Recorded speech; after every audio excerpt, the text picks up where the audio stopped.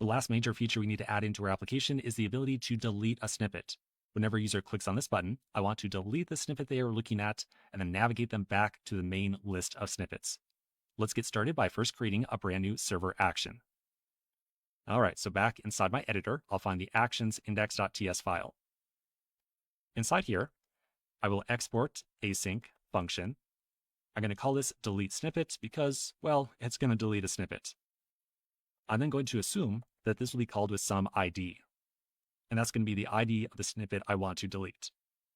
To delete a snippet using Prisma, we can call await db.snippet.delete and then specify exactly one or which one by providing a where property and putting the ID in there.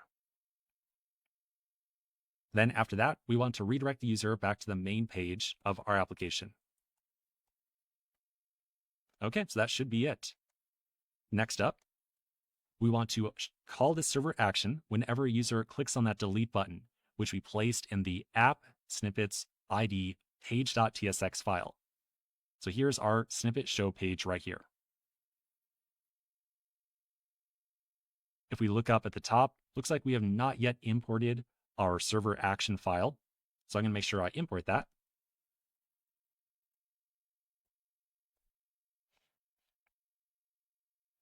Then I'm going to go down a little bit.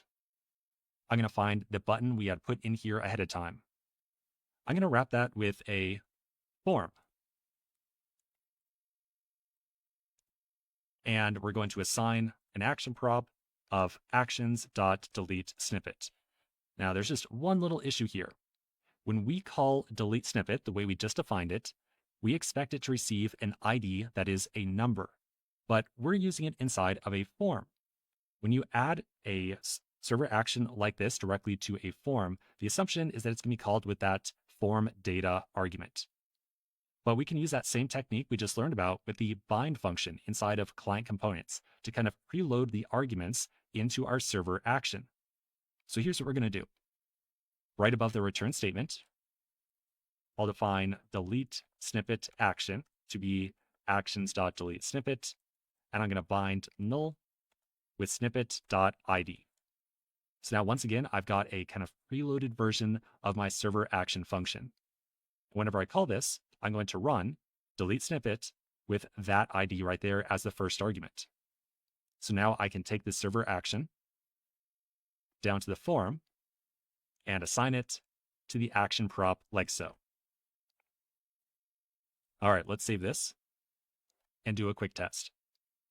So now back over here, I'm going to first go back to my home page and just notice that I've got one function called function that multiplies numbers. I'm going to view that one and then click on delete. And hey, there we go. It was deleted. Fantastic. I can refresh and just verify, yeah, definitely deleted without a doubt. Awesome.